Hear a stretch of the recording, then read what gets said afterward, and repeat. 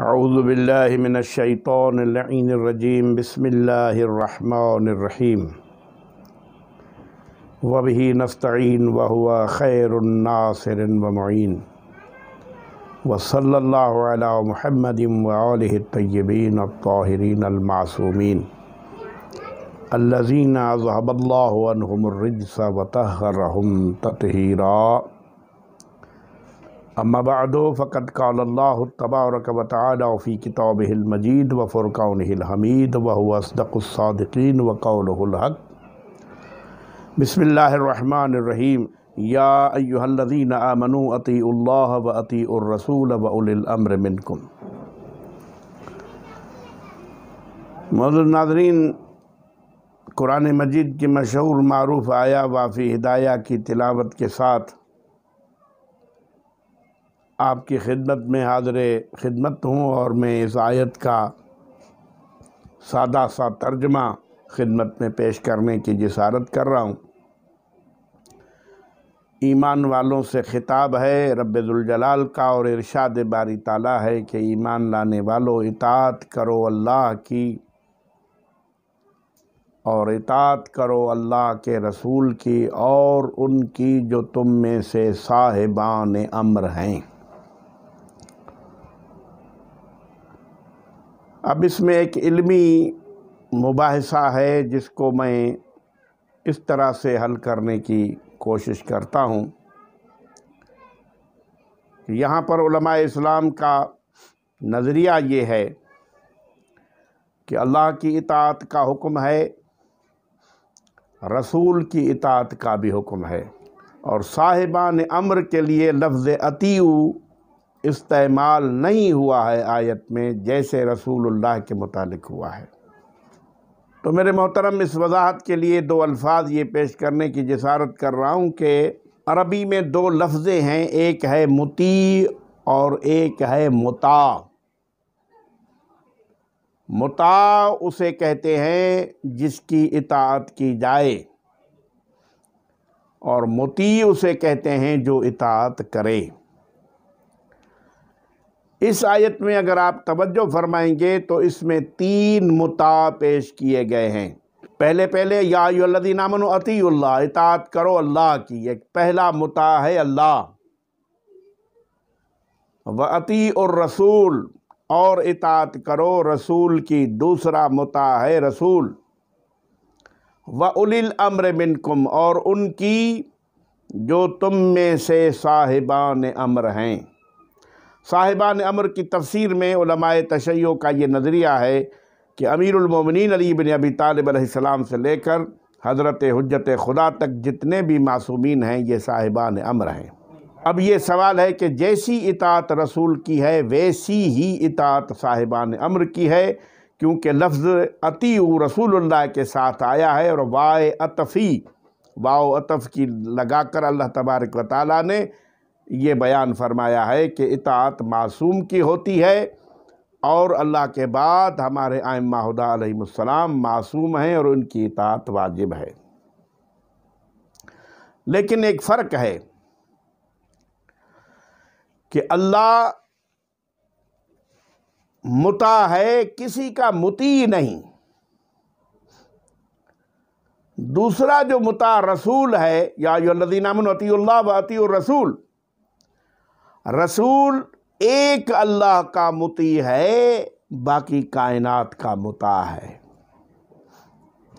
اب رہ گئے صاحبان امر، وہ اللہ کے بھی مطیع ہیں، رسول کے بھی مطیع ہیں، اور کائنات کے مطاع ہیں۔ اب یہاں پر ایک سوال پیدا ہوتا ہے کہ اللہ کسی کا مطیع نہیں، رسول ایک اللہ کا مطیع ہے، باقی کائنات کا مطاع ہے، صاحبان امر اللہ کے بھی مطیع ہیں، رسول کے بھی مطیع ہیں، اور کائنات کے مطاع ہیں۔ امیر المومنین علی بن ابی طالب علیہ السلام کے فضائل میں رسول اللہ نے یہ حدیث بھی ارشاد فرمائی ہے کہ یا علی، اللہ کو اس کائنات میں کسی نے نہیں پہچانا، یا میں نے پہچانا ہے یا آپ نے پہچانا ہے۔ یا علی، مجھے بھی کائنات میں کسی نے نہیں پہچانا، یا اللہ نے پہچانا ہے یا آپ نے پہچانا ہے۔ یا علی، آپ کو بھی کسی نے نہیں پہچانا، یا اللہ نے پہچانا ہے یا رسول میں نے پہچانا ہے۔ اب اس حدیث سے رزلٹ یہ نکلتا ہے کہ پہچانتے اللہ کو بھی دو ہیں، پہچانتے رسول کو بھی دو ہیں، پہچانتے علی کو بھی دو ہیں۔ اللہ کو جو دو پہچانتے ہیں، دونوں رسول اور علی اللہ سے شان میں منزلت میں کم ہیں۔ رسول اللہ کو جو دو پہچانتے ہیں، ایک اللہ ایک علی۔ اللہ شان میں، عظمت میں، عزت میں، مرتبے میں رسول سے بڑا ہے، علی شان میں، منزلت میں، مرتبے میں رسول سے چھوٹا ہے۔ لہذا اللہ کو جو دو پہچانتے ہیں، دونوں اللہ سے منزلت میں چھوٹے ہیں۔ رسول کو جو دو پہچانتے ہیں، ایک بڑا ہے ایک چھوٹا ہے۔ لیکن علی کو جو دو پہچانتے ہیں، وہ دونوں منزلت میں علی سے بڑے ہیں۔ تو میرے محترم، اگر علی کو پہچاننا ہے تو علی کے پہچاننے کے لیے منزلت میں علی سے بڑا ہونا چاہیے۔ جب اللہ اور رسول کے سوائے کائنات میں کوئی بڑا ہے ہی نہیں، تو کسی انسان کی قوت و مجال نہیں ہے جو علی کو پہچان سکے۔ اب میرے محترم، یہ جناب امیر المومنین کے فضائل میں ہے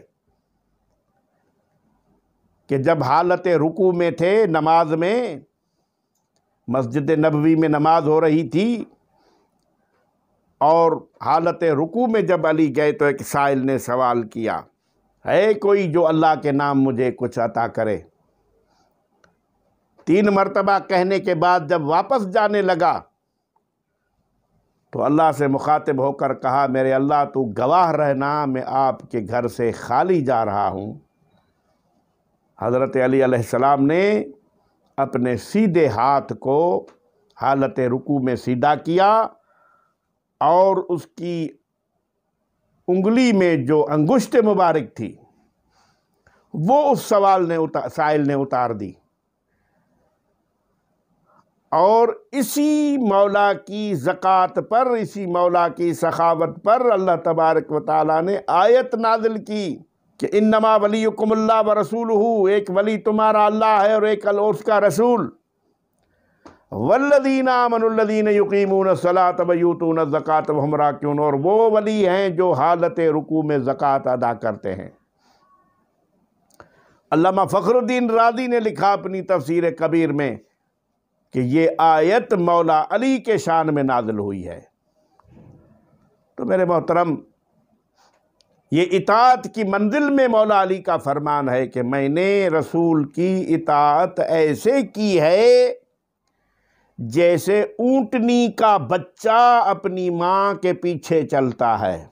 اور ایک اور بھی حدیث مولا نے بیان فرمائی ہے کہ لَقَدْ زَكَّنِي رسول اللہ زَكًّا زَكَّا، میں نے رسول سے علم ایسے حاصل کیا ہے جیسے پرندہ اپنی ماں سے دانہ حاصل کرتا ہے۔ اس فرمان پر میں نے کتنی کتابوں کا مطالعہ کیا، اور یہی سوچتا رہا کہ مولا نے علم حاصل کرنے کے لیے پرندے کی مثال کیوں دی ہے۔ سائنسدانوں نے اس بات کو پھر مولا کے فرمان کو پہچانا کہ ماں جب بچے کو دودھ پلاتی ہے تو ماں غذا کھاتی ہے، وہ غذا پہلے خون میں تبدیل ہوتی ہے، خون سے تبدیل ہو کر پھر جا کر دودھ بناتی ہے۔ جیسے جانور ہو گئے، وہ بھی گھاس کھاتے ہیں، اپنی غذا کھاتے ہیں، ان کی غذا سے پھر خون بنتا ہے، خون سے پھر دودھ بنتا ہے، یعنی وہ غذا تبدیل ہو کر دودھ میں تبدیل ہوتی ہے۔ لیکن کائنات خداوندی میں ایک ہی پرندہ ہے جو جیسے جیسے دانہ چگتا ہے وہ اپنے معدے میں محفوظ کرتا ہے، اور بغیر کسی تبدیلی کے وہی کھانا اپنے بچے کو کھلاتا ہے وہ پرندہ۔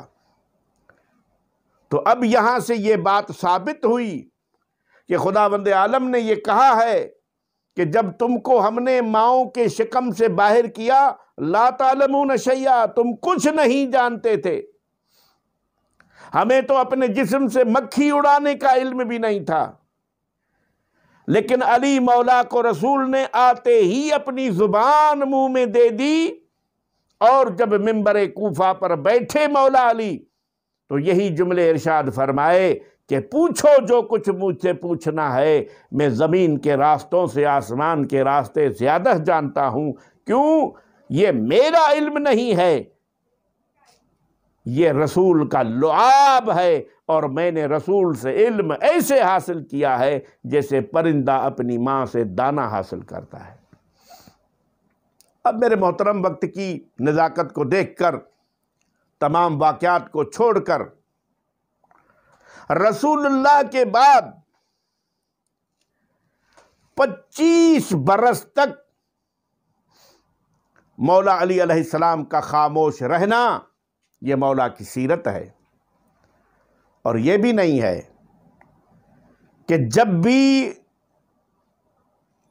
حاکم وقت کو کوئی شرعی مسئلہ یا مشکل پیش آتی تو وہ مولا کے پاس آتے، مولا ان کی مدد بھی فرماتے، اور کتنے مشکل مسئلوں میں، فیصلوں میں، قضاوت کے معاملوں میں مولا علی نے مدد بھی کی ہے ان کی۔ جیسے حضرت عمر کا مشہور قول ہے، لولا علی لہلک العمر، اگر علی نہ ہوتے تو عمر ہلاک ہو جاتے ہیں۔ حضرت عمر کا یہ قول ہے۔ ثابت ہوا کہ جب بھی وہ مشکل میں پڑے تو مولا نے ان کی مدد کی۔ لیکن یہ بات ثابت ہے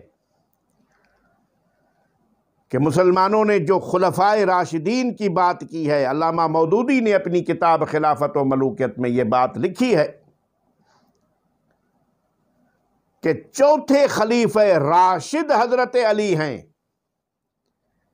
یعنی حضرت علی رسول اللہ کے بعد عالم انسانیت میں وہ شخصیت ہیں جن کے بغیر نہ شیعوں کا گزارا ہے نہ سنیوں کا گزارا ہے۔ سنی نہ مانے تو انہیں خلیفہ راشد نہیں ملتا، شیعہ نہ مانے تو انہیں امام اول نہیں ملتا۔ اور میرے محترم، 25 برس گزارنے کے بعد جب حضرت عثمان کا قتل ہوتا ہے تو وہ بھی اپنی مدد کے لیے حضرت علی کو پکارتے ہیں، مولا میری مدد کیجئے۔ مولا اپنے دونوں صاحبزادوں کو ان کے دروازے پر کھڑا کر دیتے ہیں، ممکن ہے کہ لوگ میرے بچوں کو دیکھ کر ان کا حیا کر جائیں۔ اب آپ اسے اندازہ لگا سکتے ہیں کہ حضرت عثمان کے قتل کے بعد مولا علی علیہ السلام کو حکومت سونپی گئی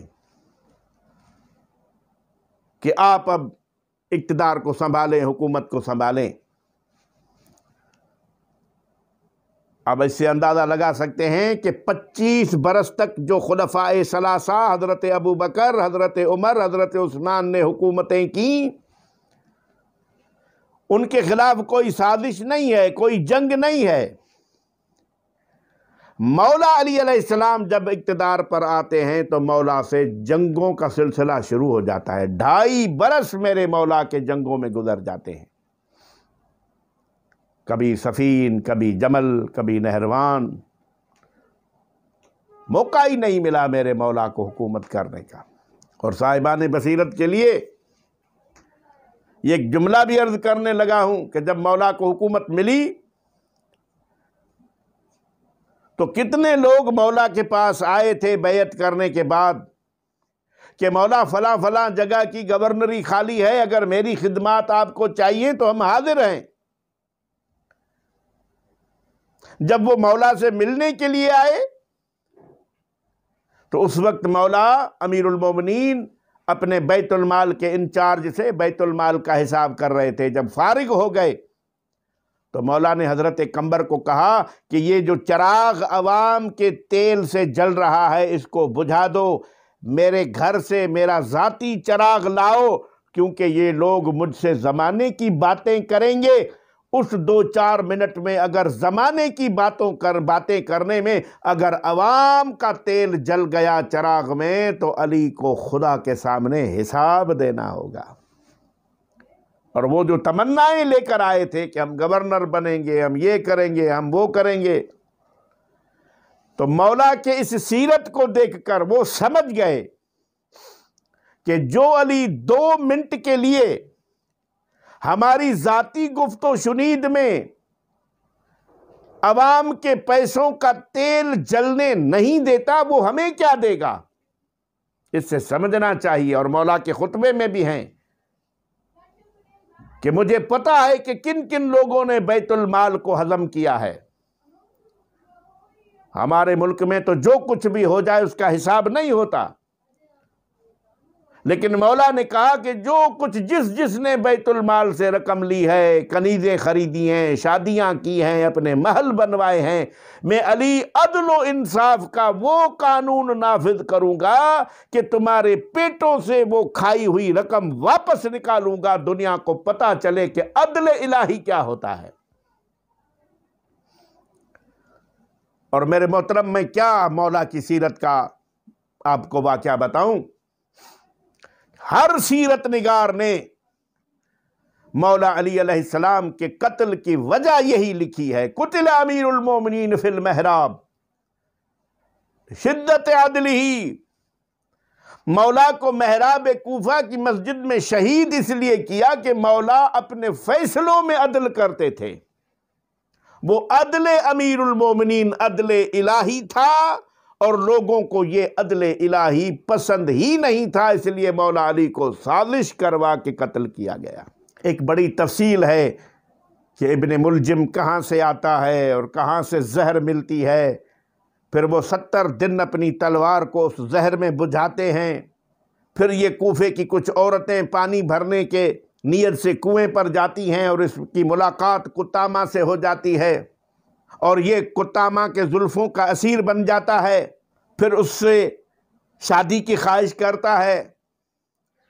تو اس نے حق کے مہر میں یہ شرط رکھی تھی کہ میں شادی تم سے ضرور کروں گی، لیکن حق کے مہر میں مجھے پہلے علی کا سر چاہیے۔ اور یہ ظالم 19ویں رمضان 40 ہجری کی شب کو مسجد کوفہ میں آ کر سو گیا۔ مولا امیر المومنین نے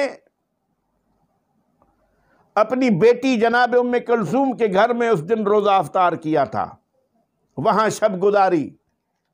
اب صبح کے لیے نماز کے لیے مولا جب باہر جانے لگے تو گھر میں پالی ہوئی مرغابیاں میرے مولا کے دامن کو دامن گیر ہو گئیں اور اپنی زبان میں نوحہ کرنے لگیں۔ مولا امیر المومنین نے اپنی بیٹیوں سے وصیت کی کہ ان کے دانے پانی کا ضرور خیال رکھنا، کیونکہ یہ ہمارے قیدی ہیں، جب ان کے دانے پانی کا خیال نہ رکھ سکو تو انہیں آزاد کر دینا۔ گھر سے باہر نکلے تو دروازے کی زنجیر مولا کے دامن کو دامن گیر ہوئی، وہاں سے چھڑا کے نکلے ہیں، گلدستہ آذان پر آئے ہیں، آذان دی ہے، اور یہ ملعون الٹا سویا ہوا تھا۔ مولا نے اسے ٹھوکر مار کر جگایا ہے، اٹھ ملعون، اٹھ جا، تو شیطان ہے، کیونکہ شیطان کی صفت ہے وہ الٹا سوتا ہے، اور اسے جگا کر کہتا ہے نماز کا وقت ہو گیا۔ مولا نے اپنی سیرت بتائی کہ چاہے میرا دشمن ہی کیوں نہ ہو، لیکن علی کسی کو بے نماز دیکھنا نہیں چاہتا۔ اب نماز کے سجدے میں جاتے ہیں تو یہ ظالم مولا کو ضرب مارتے ہیں، اور جبریل عرش سے ندا دیتے ہیں، الا قد قتل امیر المومنین، امیر المومنین قتل ہو گئے۔ امام حسن نے جماعت کو نماز پڑھائی اور اپنے زخمی بابا کو اپنے گھر لے آئے۔ 19ویں گزری، 20 گزری، 21 کے دن مولا کی شہادت ہے۔ جب حکیم نے یہ بتایا کہ زہر پھیل چکا ہے، دماغ پر اثر کر چکا ہے، اب میرے مولا نے وصیتیں کیں، اور وہ وصیت بھی مولا کی موجود ہے۔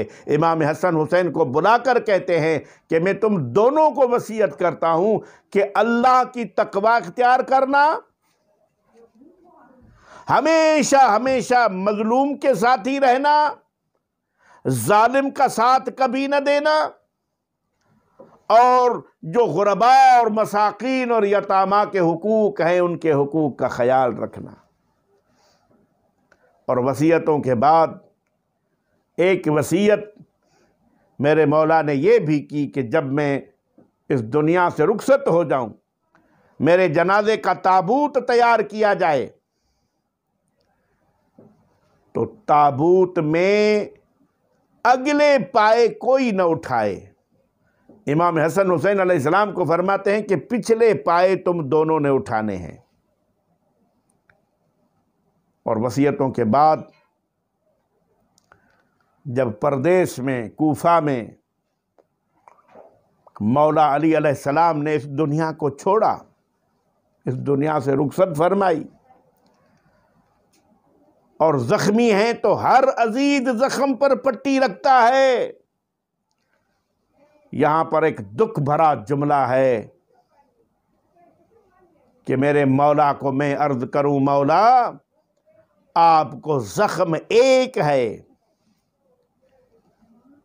پٹی رکھنے والے عزیز بہت ہیں، میں قربان جاؤں کربلا کے غریب پر، جس کو زخم ہزاروں تھے پٹی رکھنے والا کوئی نہ تھا۔ مولا آپ خوش قسمت ہیں، آپ کو غسل ملا، آپ کو کفن ملا، لیکن کربلا کے غریب کو نہ کسی نے غسل دیا، نہ کسی نے کفن پہنایا۔ اور جب جنازے اٹھنے کا وقت آیا تو مولا کی وصیت کے مطابق تابوت کے اگلے پائے از خود اٹھنے لگے، اور پچھلے دونوں پاؤں کو امام حسن اور حسین علیہ السلام نے کاندھا دیا، اور جہاں پر فرمایا تھا کہ جہاں یہ میرا تابوت رک جائے وہاں مجھے دفن کرنا، آپ دیکھ چکے ہیں زائرین حضرات، کہاں کوفہ کہاں نجف، وہاں تابوت رک گیا۔ مولا سے پوچھا گیا، مولا یہ کون تھے جو اگلے پائے اٹھا رہے تھے؟ مولا نے کہا جبریل تھے، میکائیل تھے، اللہ نے انہیں کہا تھا کہ جاؤ میرے ولی کا جنازہ تم اٹھاؤ۔ دعا ہے کہ پروردگار عالم ہمیں مولا علی علیہ السلام کی سیرت پر عمل کرنے کی توفیق عطا فرمائے۔ وآخر دعوانا ان الحمد للہ رب العالمین۔